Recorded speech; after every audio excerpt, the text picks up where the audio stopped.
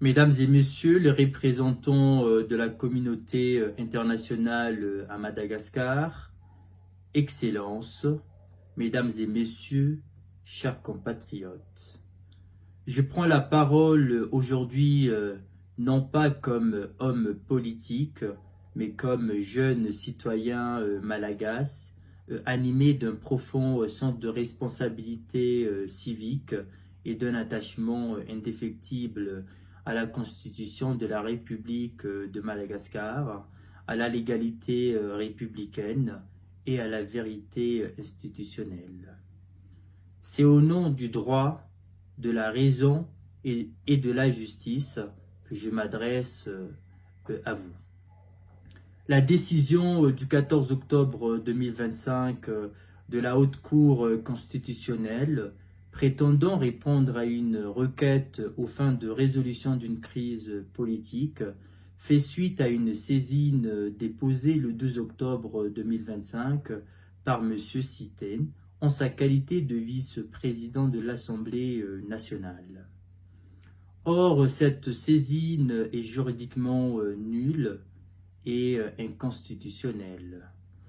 En effet, l'article 118 de la Constitution malagasy fixe de manière limitative la liste des autorités habilitées à saisir la Haute Cour constitutionnelle.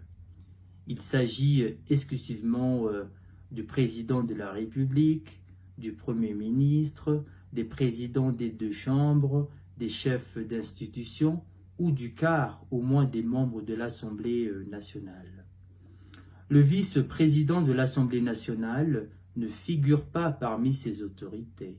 Il ne détient ni délégation formelle, ni mandat collectif, ni qualité propre pour agir au nom de l'institution parlementaire. Ainsi, en droit constitutionnel, cette initiative constitue une usurpation de fonction et viole les principes fondamentaux de compétence et de légalité. Or, comme le rappelle la jurisprudence universelle, ce qui est fait sans compétence ne peut produire aucun effet de droit. En conséquence, la décision est entachée de nullité absolue, car rendue sur la base d'une requête irrécevable et inexistante en droit. Il s'agit d'un acte juridiquement nul, donc inopposable à la République.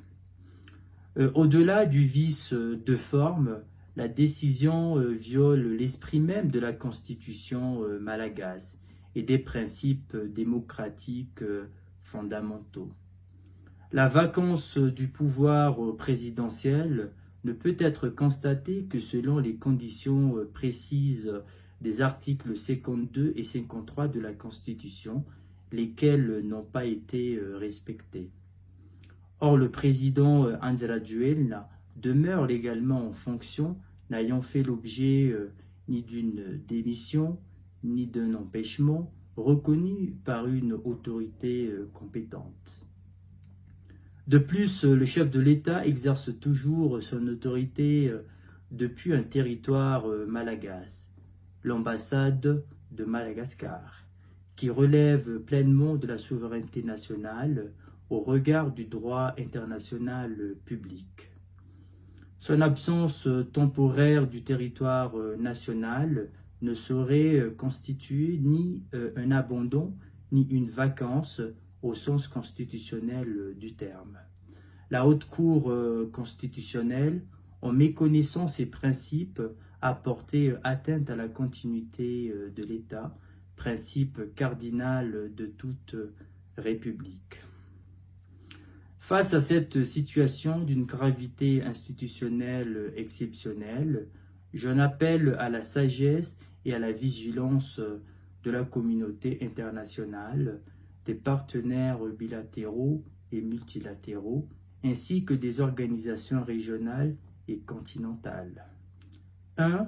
Ne reconnaissez pas le prétendu président de transition issu d'un processus illégal et inconstitutionnel.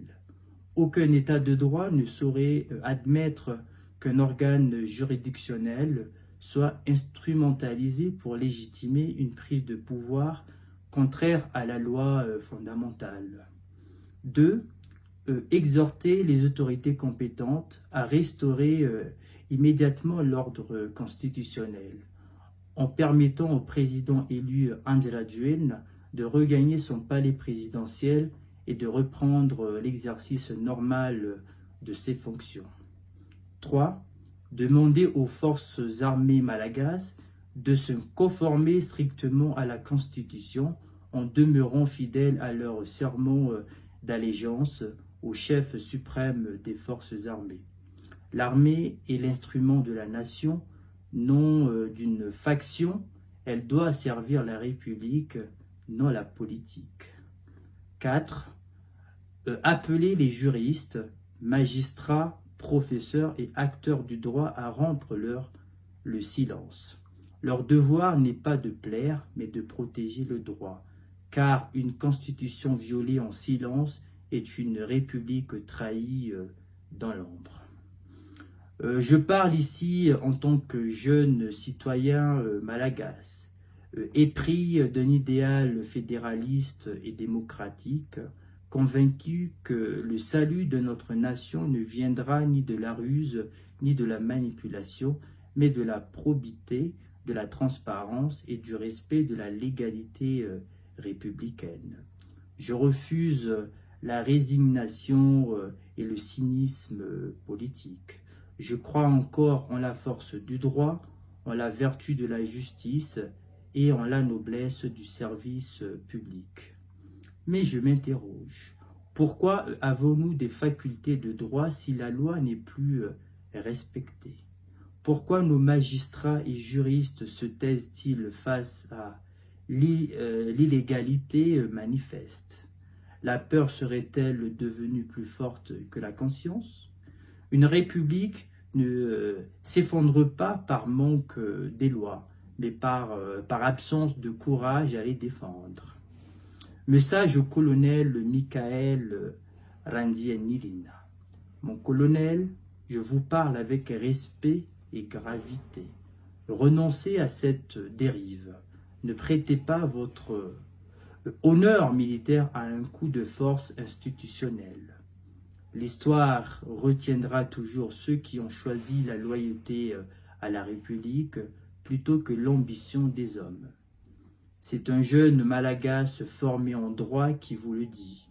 Il faut être honnête et droit dans la vie. La véritable grandeur réside dans la fidélité au serment, non dans la conquête du pouvoir. Je conclurai par les paroles immortelles du grand patriote Francisco de Paula Santander. Les armes vous ont donné l'indépendance, les lois vous donneront la liberté. Ces mots résonnent aujourd'hui pour Madagascar. Nos ancêtres ont conquis notre indépendance par le courage, et à nous, leurs descendants, de conquérir la liberté par le respect des lois. Que la raison, la justice et la paix guident nos dirigeants, que la sagesse et la loyauté guident nos forces armées, et que la lumière du droit éclaire l'avenir de notre République. Vive la Constitution, vive la République de Madagascar, vive le peuple malagasy uni dans la dignité et la loi. Je vous remercie de m'avoir écouté.